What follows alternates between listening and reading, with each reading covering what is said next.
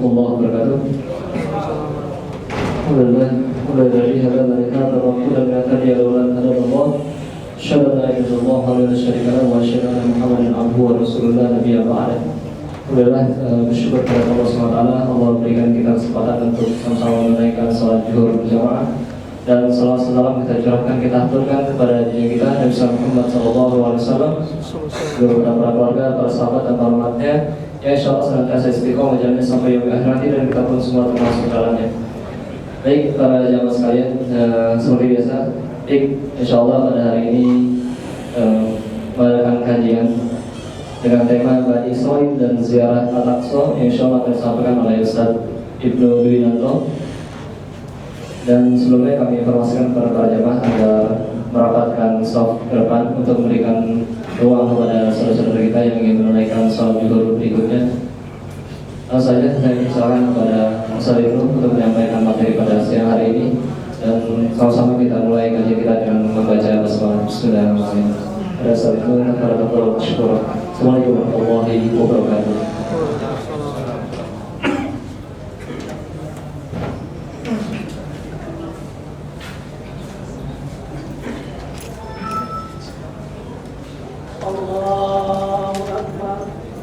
Assalamualaikum warahmatullahi wabarakatuh.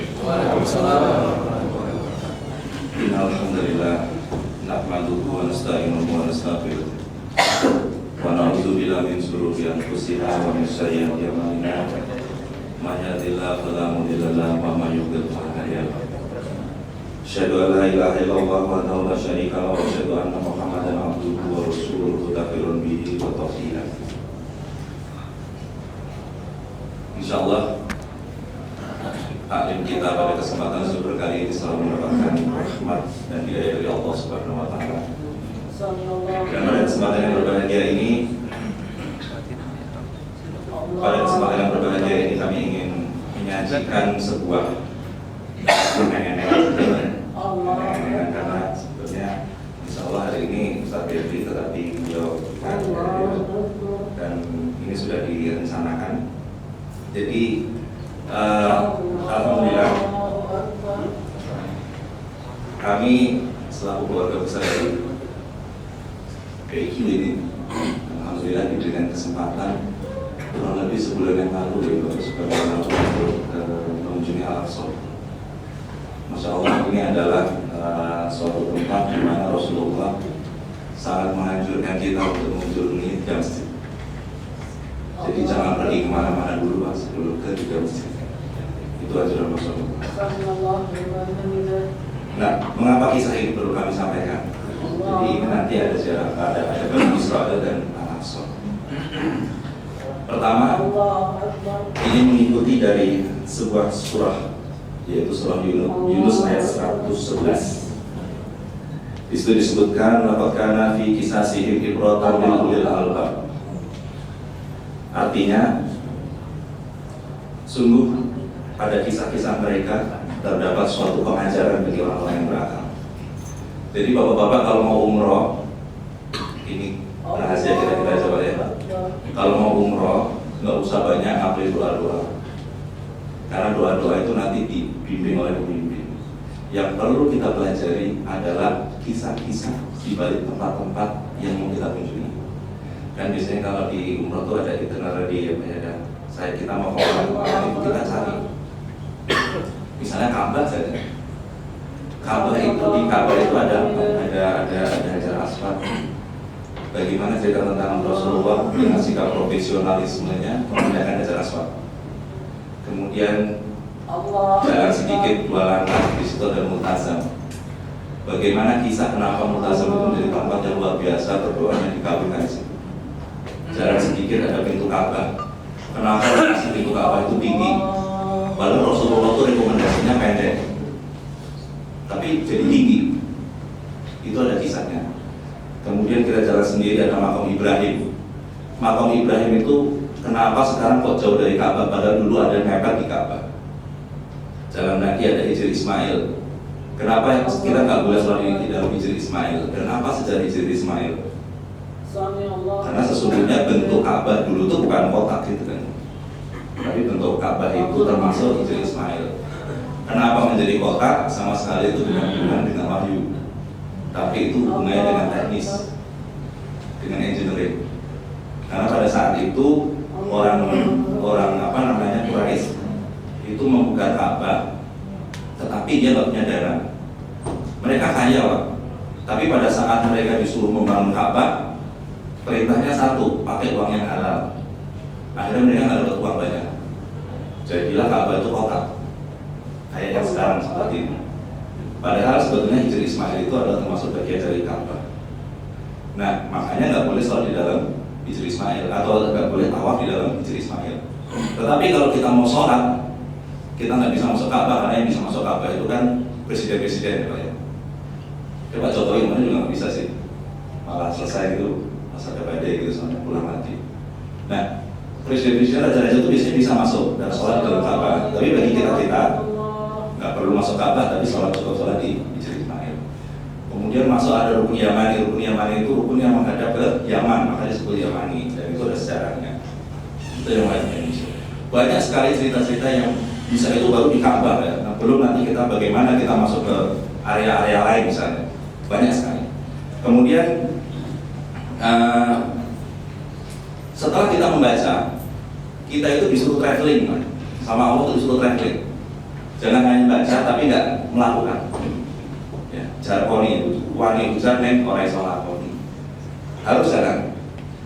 Di surat Muhammad ayat 10, Bismillahirrahmanirrahim. Afalam yasiru fil ard fayanzuru kaifa kana akibatul ladzina min qablihim. Artinya apa? Apakah mereka tidak mengadakan perjalanan di bumi sehingga dapat memperhatikan bagaimana kesudahan orang-orang sebelum mereka? Jadi kita harus jalan, Pak. Nah, jalannya kemana?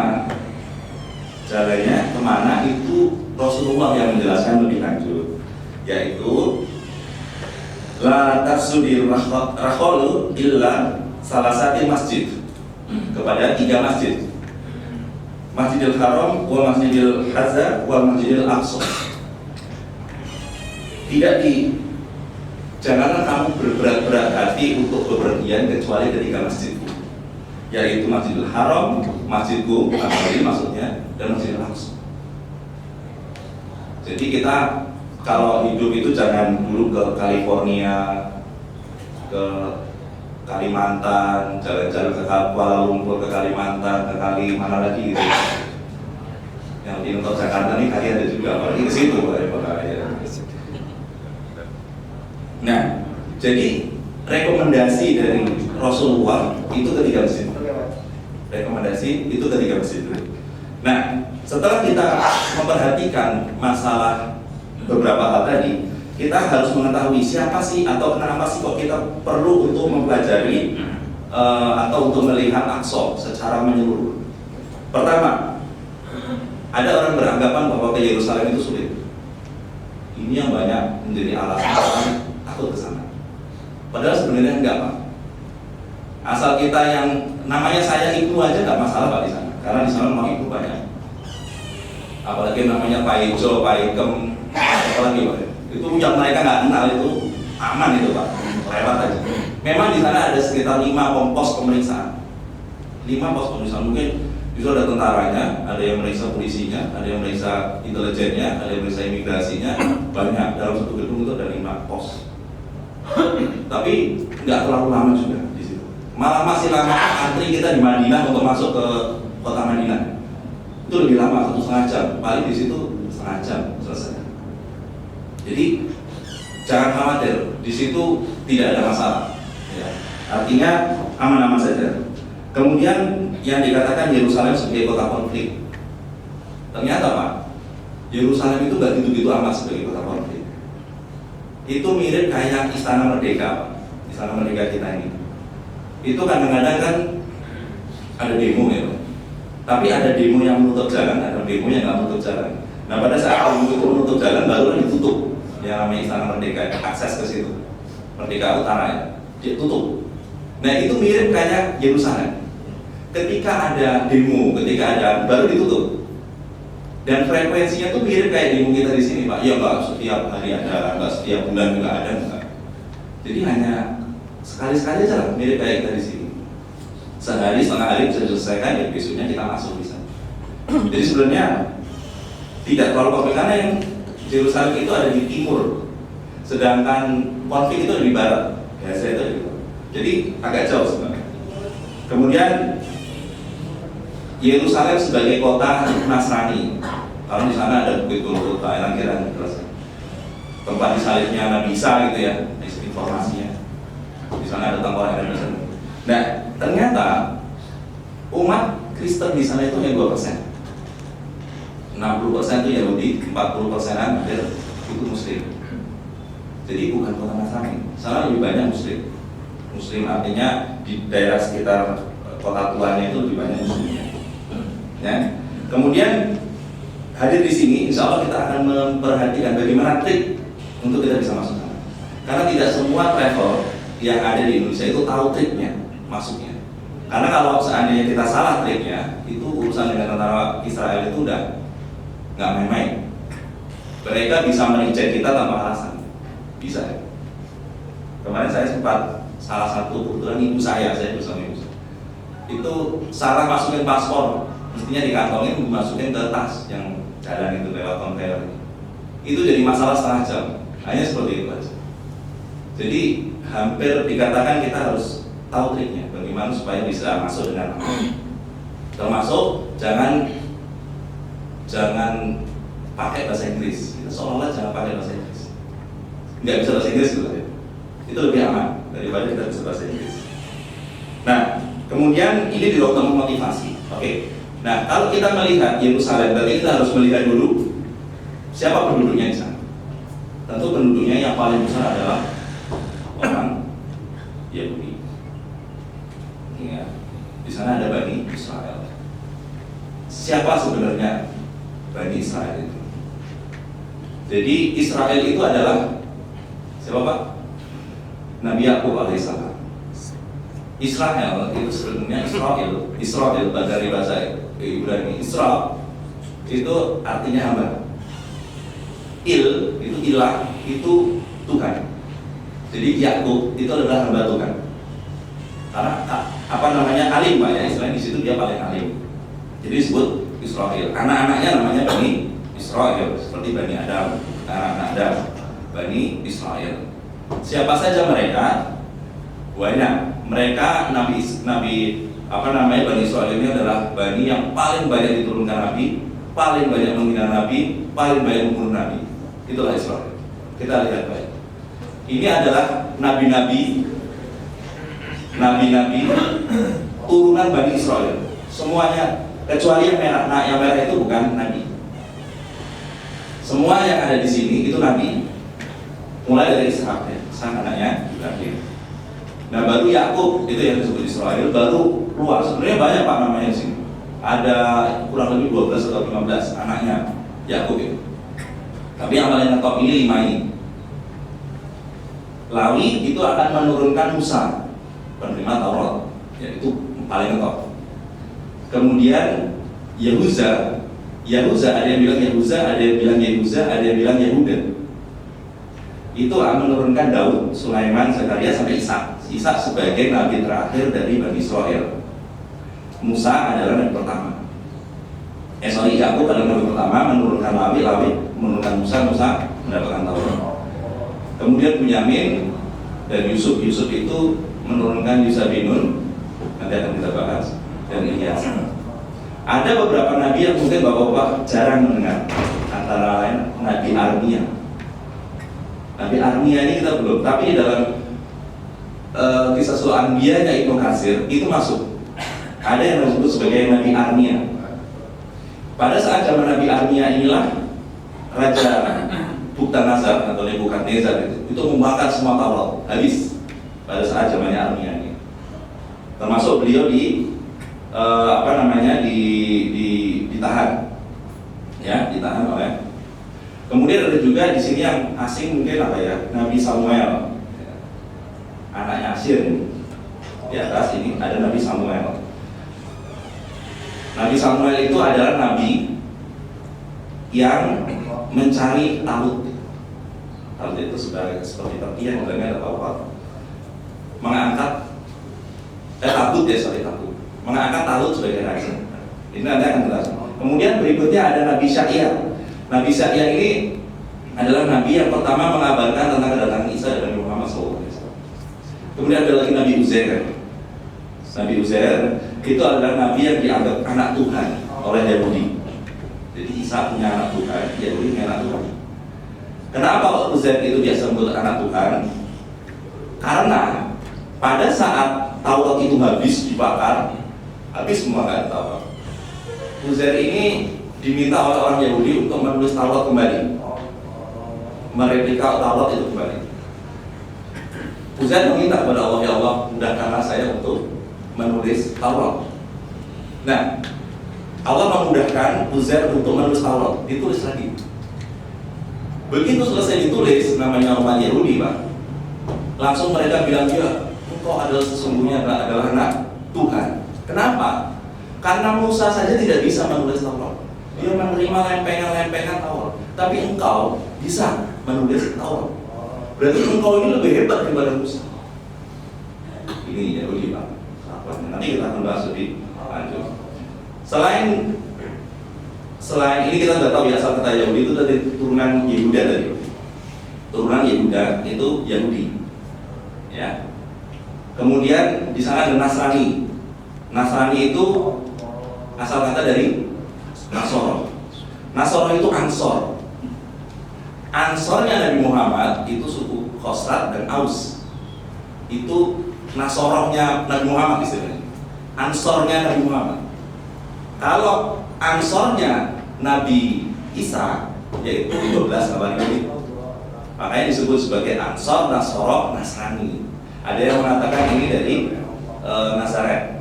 Ini ada di Tafsir Ibnu Katsir tentang Quran surat Al-Imran ayat 50. Bisa dilihat.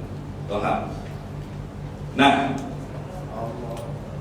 tidak asik kalau kita tidak berbicara mengenai nabi utama dari Yahudi, Bani Israel, yaitu Nabi Musa. Tapi saya nggak akan menceritakan tentang kisah Fir'aun yang selama ini sudah kita dengar dari SD sampai universitas.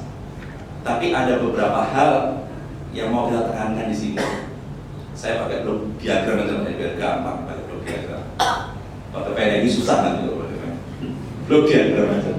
Nah, di sini, oke, Bani Israel ditindas Fir'aun itu ada di surat itu ya, Pak.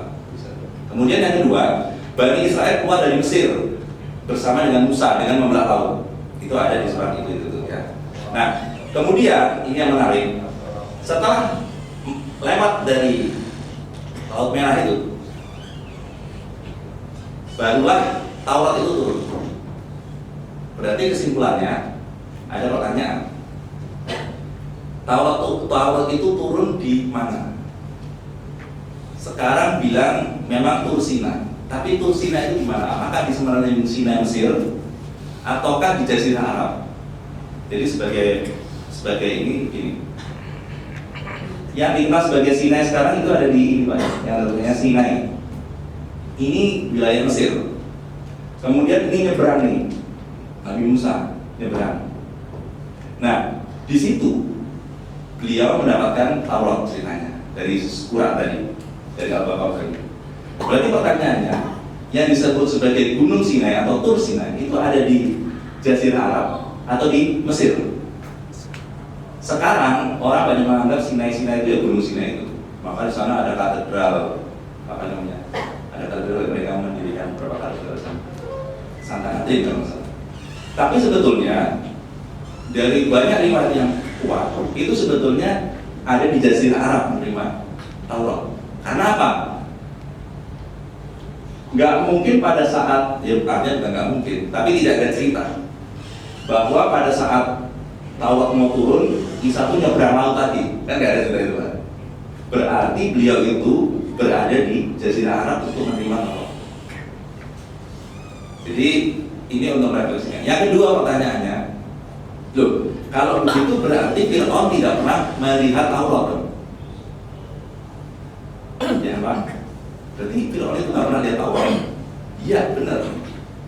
Kenapa kok Fir'aun itu tidak pernah melihat Taurat? Karena satu, pada zamannya Fir'aun itu yang terkenal kan adalah sihir. Sehingga Allah mendahulukan mukjizat daripada kitab. Zaman Nabi Muhammad senangnya syair, didulukan Quran baru mukjizat. Nah, dengan mukjizat saja Fir'aun tetap gitu. Apalagi hanya dikasih bacaan. Mesti ya cuek aja. Yang kedua jawabannya, kenapa Fir'aun itu tidak perlu diberi Taurat? Rasulullah pernah bersabda bahwa sesungguhnya nabi-nabi sebelumku itu hanya untuk umat-umatnya saja. Tetapi aku itu untuk rahmatan lil alamin, untuk semua umat. Pertanyaannya, Taurat itu kitab suci untuk siapa? Untuk Bani Israel. Fir'aun orang mana? Orang Mesir. Jadi dia nggak perlu untuk mendapatkan Taurat. Ya karena dia bukan dari bangsa Mesir saat itu, bukan dari bangsa Yahudi, bukan dari Bani Israel. Jadi beberapa penekanan saja Pak ya. Ini sedikit ini aja. Jadi saya kalau ulang tentang di mana ditindas Fir'aun, ular jadi tongkat jadi ular, nanti bosan Bapak. Nah, kemudian yang berikutnya, pada saat ngambil Taurat itu Samiri menyembah anak lembu, ya kan? Kemudian yang ketiga, tersesat di padang pasir Ti. Padang pasir Ti ini di sini.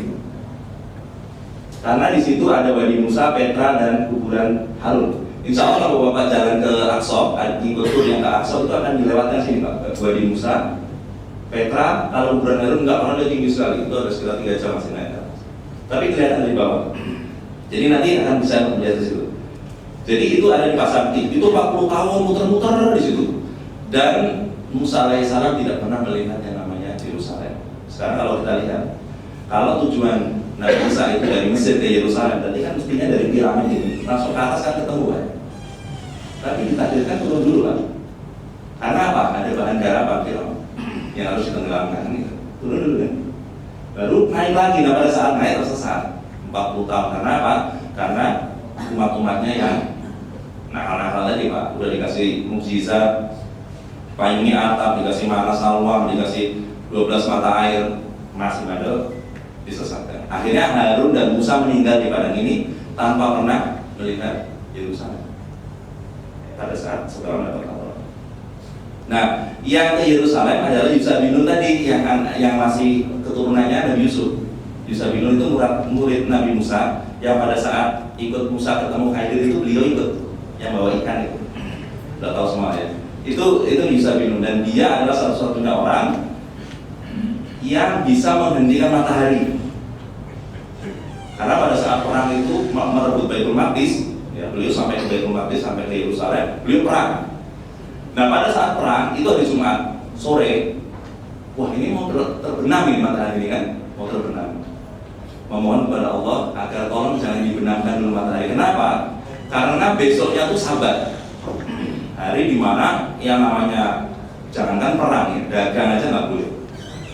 Ya, akhirnya itu di stop, matahari itu nggak terbenam.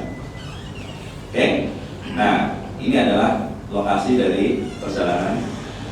Oke, mukjizat saya nggak. Ini adalah saya nggak punya foto lain Pak soalnya. Ini adalah di mata air Musa Pak. Mata air Musa yang di bawah ini itu orang masih hidupin udah 1000 berapa tahun ya bro? Dia 2000 sebelum Masehi. Sampai sekarang masih ada. Dan ini adalah batu salah satu yang ada di sana. Ya, oke, agak cepat karena ini sudah waktunya harus ganti judul. Nah, ini sebagian umat meminta yang berlebih dari nabinya.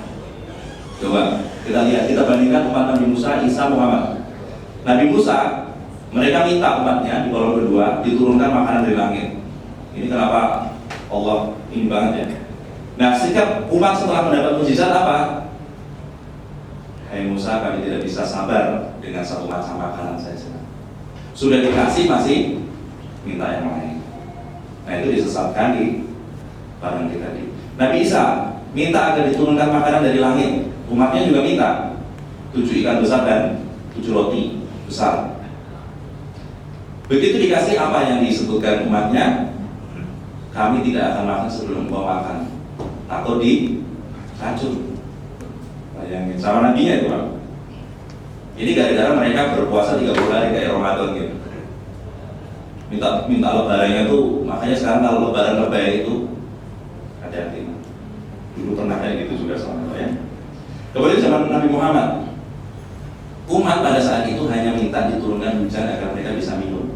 Dan setelah menerima, mereka bersyukur. Ini terjadi kapan? Pada saat perang Tabuk. Kita lihat antara tersesatnya umat Nabi Musa dengan Tabuk itu sangat dekat. Kalau bujur ya kalau ini. Bujurnya itu satu kali istimewa masih sama itu. Jadi secara iklim masih sama. Tapi respon umat beda. Yang satunya bersulung minta yang macam-macam, yang satunya bersabar. Nah ini kita yang mana? Allah.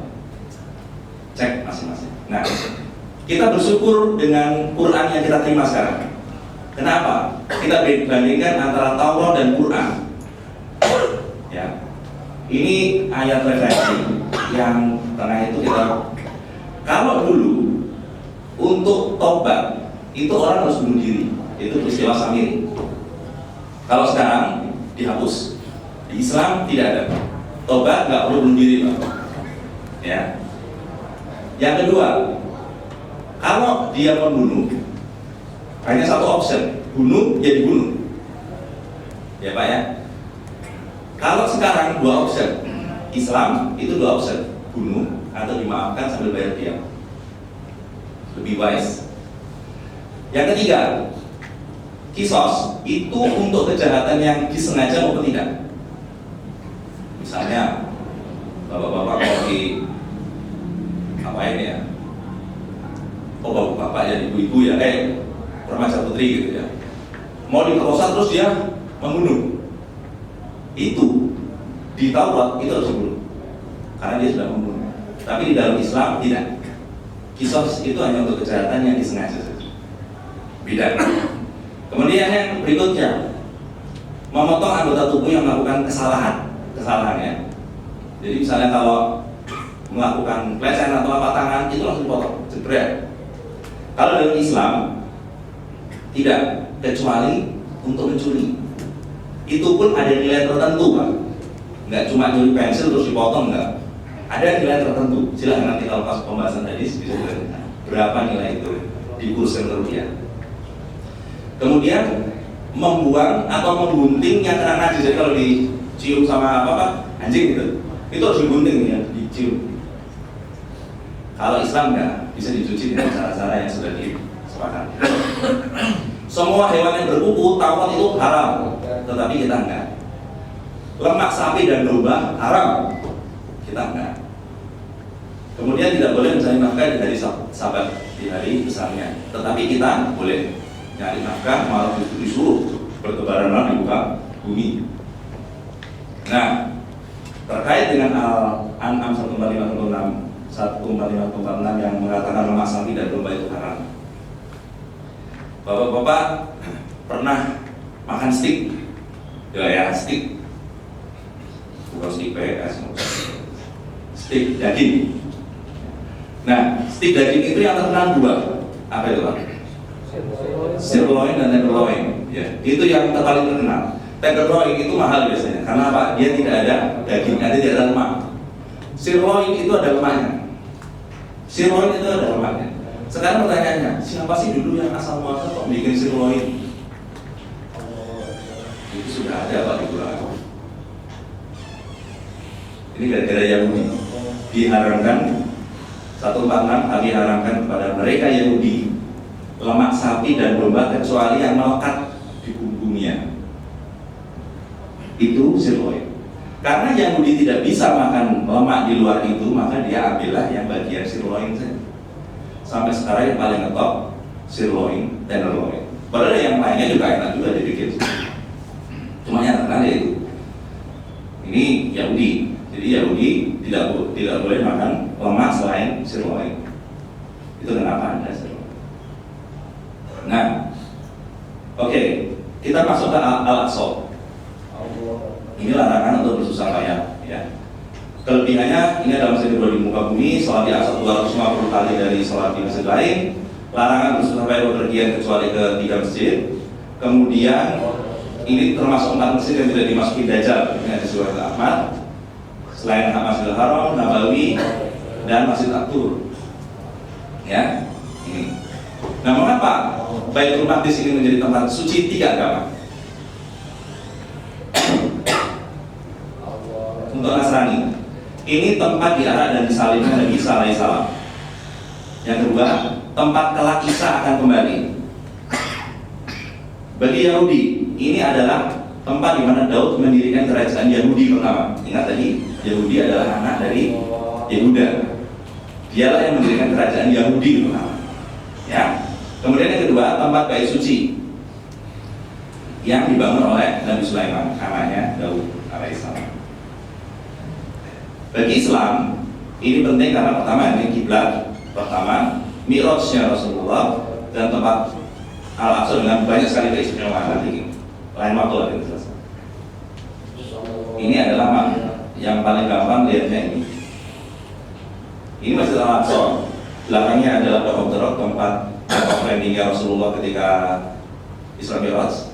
Di situ juga yang disebut Batu As-Sakhra yang pernah dibersihkan Umar bin Khattab. Di situ menurut Yahudi adalah batu yang pernah dipakai untuk memotong Ishak. Kalau mereka kan Ishak yang dipotong oleh Abraham. Gitu. Itu di situ menurut mereka. Ya.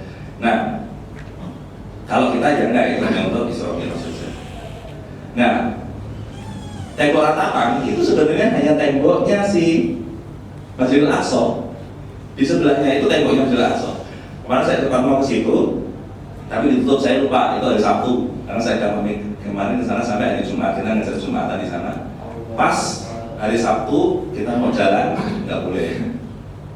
Dan yang kan nggak main-main lah, mereka polisi tapi senjatanya itu saya juga belum pernah lihat senjata kayak gitu, panjang sekali. Ini Masjid Al-Aqsa, totalnya itu adalah sekitar 144.000 meter persegi. Ini Baqarah. Nah, ini adalah tempat di mana Rasulullah sholat mengimami para nabi setelah Isra Mi'raj. Tempatnya ini. Yang di tengah itu adalah Umar, tempat Umar membangun Masjidil Aqsa. Jadi Masjidil Aqsa.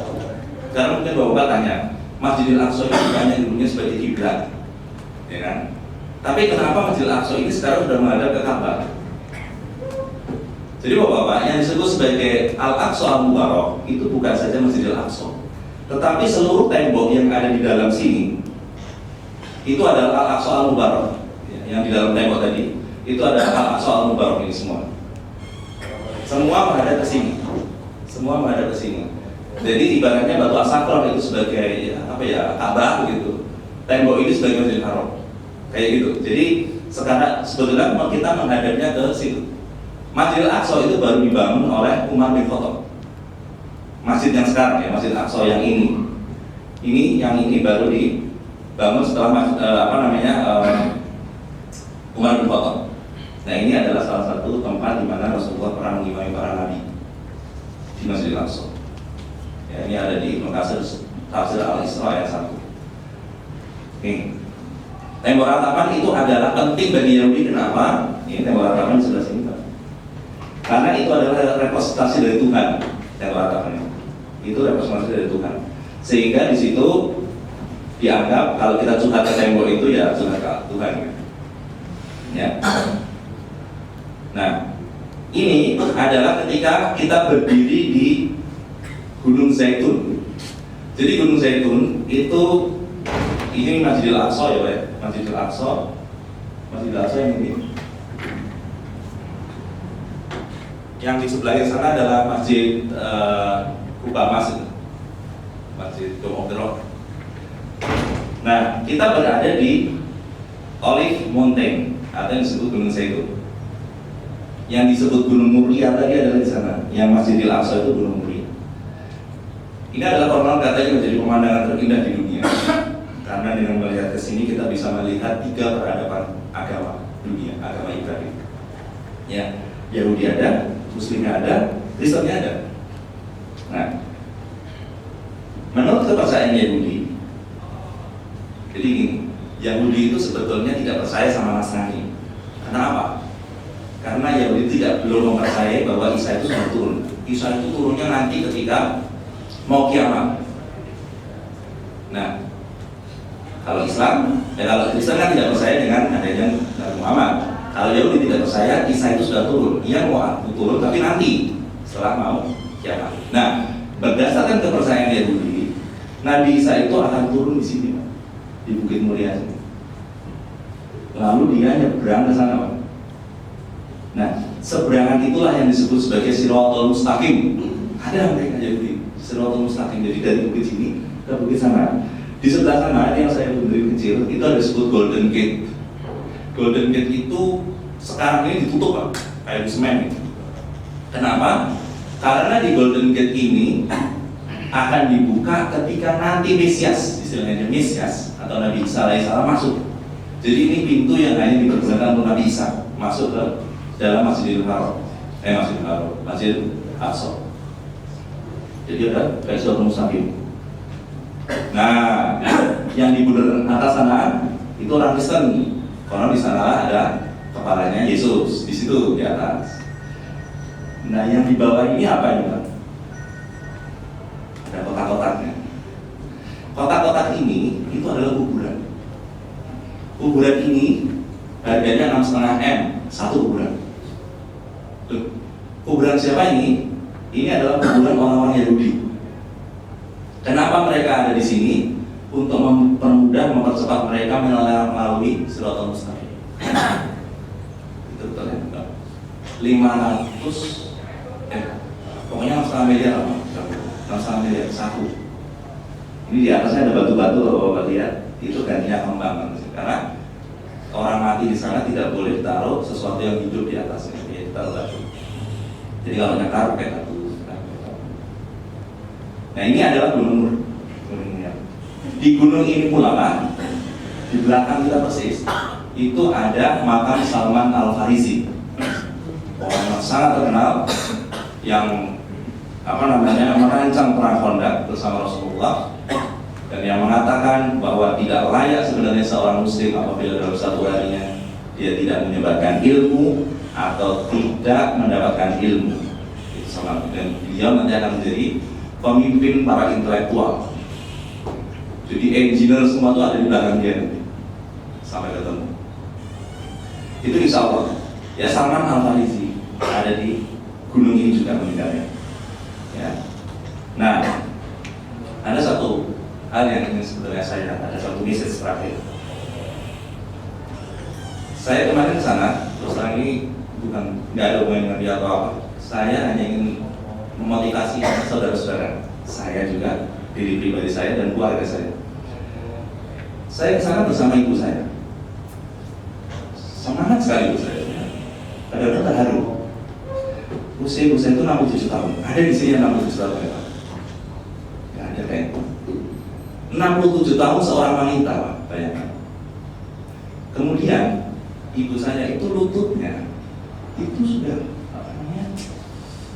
lemah, Pak, ya, sinovialnya itu sudah mulai habis. Jadi harus injek cairan. Bukan apa-apa, injek cairannya itu lumayan banget. Dan itu harus 2 kali injek. Saya pernah pas nelpon dulu pernah 10 tahun lalu ada orang pengen bakso, masih pengen nggak? Saya sih nggak terlalu ini ya, nanti tulus sebenarnya, tapi ternyata semangat, iya saya mau. Nah, kenapa kok bisa seperti itu? Padahal ini adalah suatu keberanian dari aku. Pertama, berani dengan kondisi yang ada. Orang banyak mengatakan bahwa ini sekarang udah nggak bisa nih, udah sakit pula. Sampai nggak bisa olahraga aja nggak bisa buka karena sudah sakit tuh. Jalan pakai tongkat, dan ini kurang lebih jalannya itu sekitar hampir 2 kilo dari hotel sampai ke sini. Jalan kaki, Pak. Pas Jumatan. Kemudian yang kedua, tidak takut terhadap konflik yang ada. kita bisa seperti itu juga Pak ya. Artinya kita jangan terlalu berpikir konflik-konflik, kadang-kadang desas-desus konflik itu juga didengungkan oleh orang Yahudi Pak. Supaya orang kita nggak, makanya Imam Besar Masjidil Aqsa kemarin datang ke Indonesia, beliau mengatakan mudah-mudahan orang Indonesia segera bisa berkunjung ke sana karena itu bisa menyemangati muslim-muslim di sana. Jadi berani terhadap konflik Anda.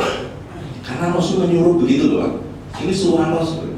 Apa Rasul nggak tahu bahwa Yahudi itu kelak terus akan ada sampai kiamat? Justru Rasul yang memberitahu Yahudi itu mati nanti ketika Dajjal turun.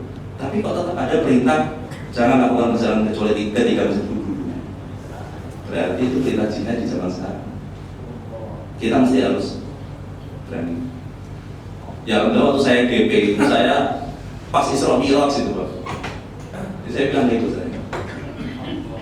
Sesungguhnya Isra Mi'raj yang benar itu ya seperti ini. Bukan terlalu meraya-rayakan Isra Mi'raj, tetapi menjalankan sunnahnya, bahkan menjalankan kewajiban berjihad dengan jiwa dan dengan uang, dengan makanya anfus wal amwal untuk jihad itu, dengan uang dan dengan jiwa. Inilah merayakan Isra Mi'raj yang merayakan Maulid yang sebenarnya. Lebih senang punya istri yang manut kepada suami, tetapi dia tidak pernah merayakan ulang tahun secara berlebihan, atau punya istri yang senang merayakan bahkan merayakan suaminya di Grand Indonesia, tetapi dia nggak pernah manut sama suami, nggak pernah ngikutin perintah suaminya. Lebih enak menjadi umat yang mengikuti apa yang bisa diperintahkan oleh Rasulullah, meski dia biasa saja dalam memperingati setiap tahun, karena dia sudah menjalani sunnah-sunnahnya. Nah, maka kesimpulan terakhir adalah ulama ini sunnah yang effortnya luar biasa. Ini istilahnya hadis ribuan dolar. Karena untuk menjalankan satu hadis butuh ribuan dolar. Hadis ribuan dolar. Maka ulama sebetulnya kalau mau menjalankan sunnah yang benar, effortnya sudah besar, nggak perlu berimprovisasi untuk membuat ibadah yang lain. Justru yang namanya khilafiyah itu terjadi karena sunnah nggak dijalankan. Ketika sunnah itu dijalankan, kita sudah sibuk dengan sunnah, khilafiyah itu biasanya jelas. Cuma sekarang karena kita untuk menukar, karena kita nggak bisa jalankan sunnah, maka kita bikin khilafiyah, kita bikin acara-acara, supaya apa? Untuk menukar di Arab. Udahlah kita nggak bisa ke sana, tapi 3 bulan ini kita maulidan terus, misalnya kayak gitu.